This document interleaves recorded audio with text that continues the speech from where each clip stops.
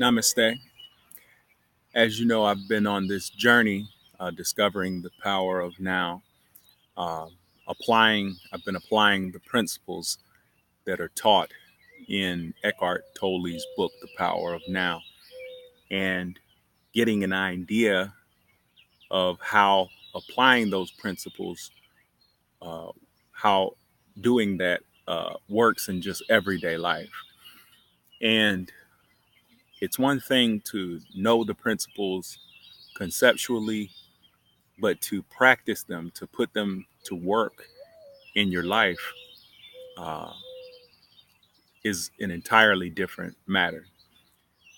And what I've been finding is as I attempt to apply Eckhart Tolle's teachings, that sometimes my understanding of the teaching isn't necessarily complete, isn't uh, as well rounded as it needs to be.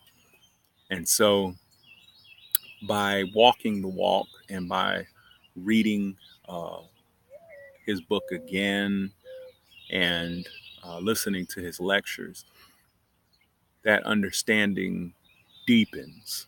And with a deeper understanding, there comes uh, a better ability to apply those principles in a way that works. So I'll give you an example.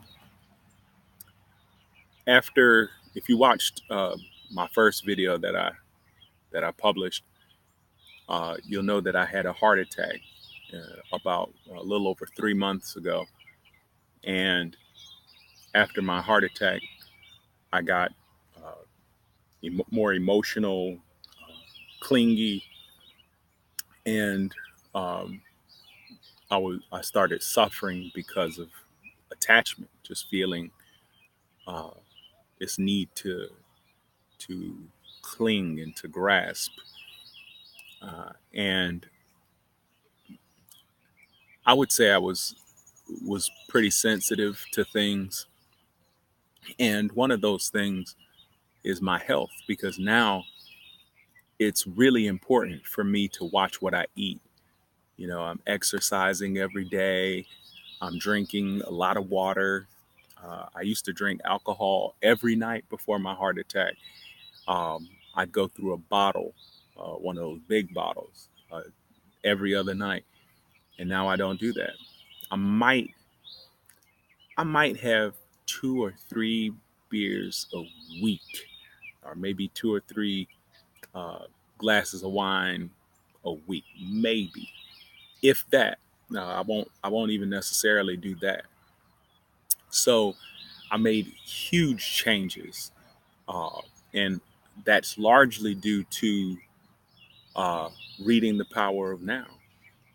I mean, I've read other books before. I've listened to other so-called spiritual teachers before, but nothing has had an impact uh, on my level of consciousness and spiritual awareness as The Power of Now. Just as Eckhart Tolle says, it's not about what you believe that makes you spiritual. It's about your level of consciousness. So, in the past, before The Power of Now, uh, it would have caused me great pain for my wife to do some of the things that she's done. Now, before you judge it or label it or anything like that, I want to offer you a different perspective. So here's the situation. So, I've had a heart attack. So obviously there are certain things that I don't eat that I shouldn't eat. Um, and one of the things that I try to stay away from is trans fat, saturated fats, and things like that. Now, one of my biggest temptations is chips and cookies. I love Doritos. I love uh, honey buns. I love cake. Uh, I love all kind of chips, all kind of cookies. I just love them. Not really a candy kind of guy. I'm more of a junk food kind of guy. So I've had numerous conversations with my wife about this. I said, look, really need you to support me. I can't have these things.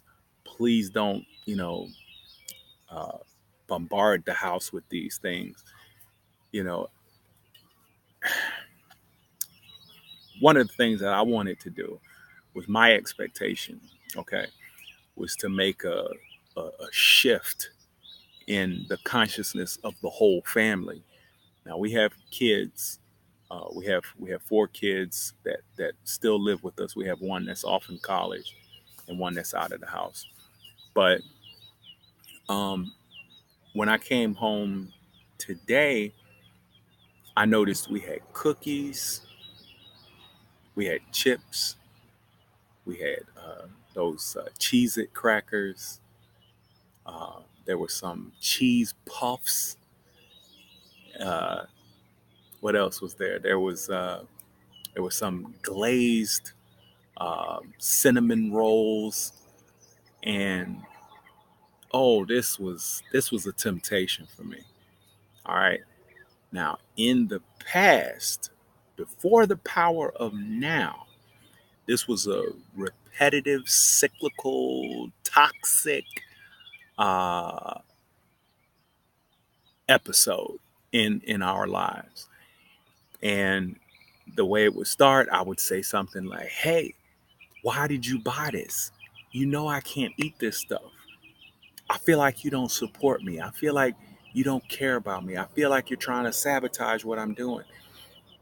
And she would come back, uh, you know, obviously I support you. I made you a dinner 2 nights ago that was healthy. I stopped eating meat to support you in not eating meat. And then I said, well, if you really support me, then you wouldn't do this. And then she would come back, well, you're putting too much pressure on me. Excuse that. She would come back, you're putting too much pressure on me. And then it would be this back and forth, back and forth. And before you know it, I'm not speaking to her and she's not speaking to me. And there's this emotional tension. And that is the insanity. And that is the suffering that I wanted to escape.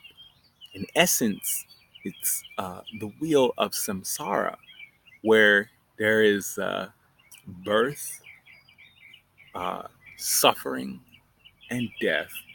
Birth, suffering, and death. And it repeats itself over and over again. And in a very real sense, that's what most people do in relationships. They have the birth of their attachment that they think is love, but it's really attachment. And then you know, they're attracted to each other. They want to be around each other. They don't want to spend time apart from one another. That's the birth. And then, you stay on that state, in that state for a certain period of time. Uh, but it gets to a point where something happens. One person doesn't meet the other person's expectations. Feelings are hurt. And that's where the suffering comes into play, when expectations aren't met. And when that happens, you have a conflict, you have some kind of fight, and then there's this bitter suffering. And then you feel like the other person is your enemy. Oh, you're my enemy. And everything is so personal. Everything is so personal when it's like that, and tension is high. What Eckhart Tolle teaches us is that we need to view our relationships uh, not as something to make us happy. Just drop that view. That's a wrong view.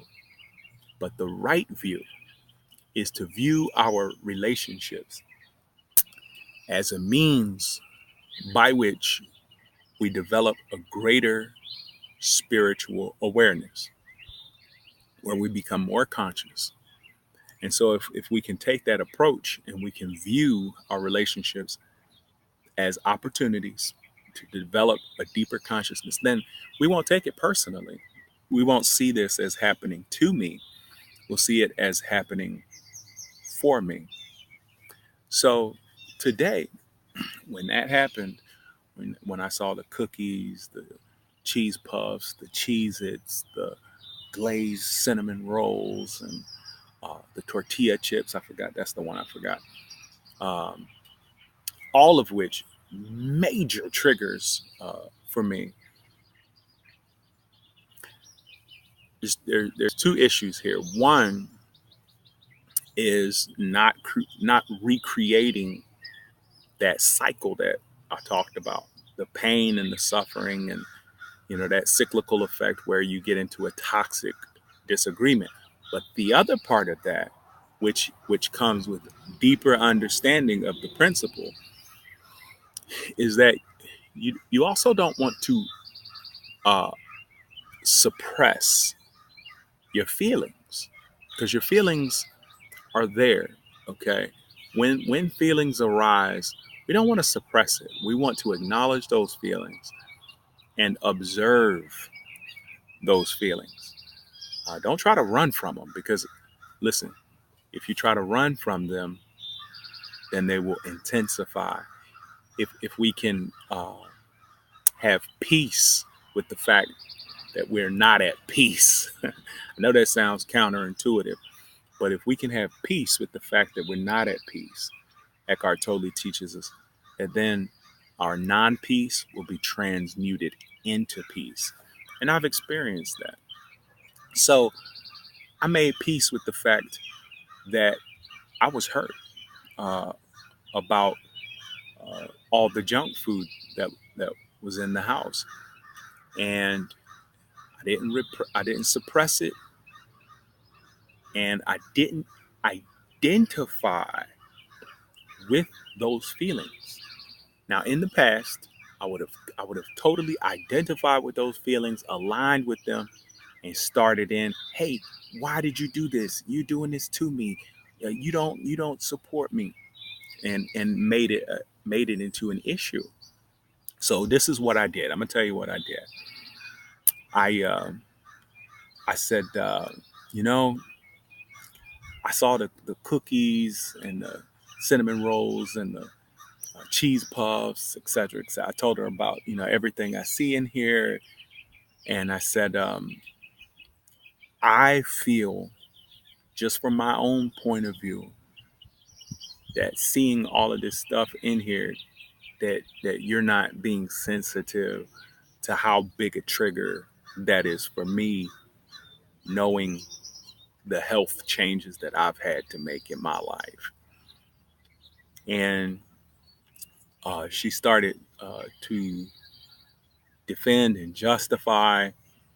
And I let her know. I said, I don't want to argue. That's not my purpose. I really don't want to have an argument. I just want to communicate how I feel. Those are my feelings. I'm not saying they're right. I'm not saying they're wrong. It's just how I feel. And I'm not going to, go into anything deeper than that. I just felt like I needed to communicate that. And once she heard me say that, and she knew that there wasn't any position to defend, then that was the end of it. Uh, she didn't uh, feel the need to necessarily apologize. It wasn't a situation where I even expected an apology. I just wanted her to understand how I felt about the situation. That's important, because to deny your feelings, particularly in a relationship, and that can bring in a whole nother host of issues. The thing we have to be careful about when uh, walking this path is not to recreate our demons in a different form. What I mean by that is the ego. The ego can be like playing whack-a-mole. when you hit one and the other head comes up, and you hit one and another head comes up. The ego is smarter than you. Okay, my ego is smarter than me. It's more clever. So you can't outthink the ego. So we have to be careful that our ego, when we go to when we try to fight it, uh, that it doesn't remanifest in a different form, in a more spiritual form. Because sometimes we can, in an effort to be spiritual, uh, come across as holier than thou. And now I'm not sharing my feelings because, I don't need to share my feelings. I'm above feelings, and we're convincing ourselves that we're on such a high level, and that's just more ego. And so the ego is outsmarted us again, and you know led us into a state of unconsciousness where we think we're in control. But in reality, the ego has crept in again, just in a different form, a more spiritual appearing form. Even the Bible teaches us how Satan can appear as an angel of light. So we have to be careful of that. And there is a balance in walking this path. No, we don't want to identify with the thoughts and the pain as it arises. We don't want to identify with it and allow it to carry us away like a river. Uh, but at the same time, we don't want to suppress our feelings. When our feelings arise, if anger arises, or uh, irritation arises, or a feeling of rejection arises, acknowledge it, watch it. If there's someone to communicate with, somebody who's worth communicating with, somebody important to you, not just somebody on the street, then communicate clearly, objectively, not in a way that's attacking, not in a way that's going to create more drama. Uh, and once you've communicated, okay, this is how I feel, you've done your part. And when you do so, I would encourage you to do so without any expectations, because having expectations can really create a space for contention. So when you communicate, don't look for an apology. Don't look for restitution. Don't look for necessarily any particular outcome. Just recognize that you want to express yourself, but you can't control other people. And happiness cannot come from any other human being. And part of realizing that is realizing that your relationships, like Eckhart says, are not here to make you happy. They are here to push you to a higher level of spiritual consciousness and awareness.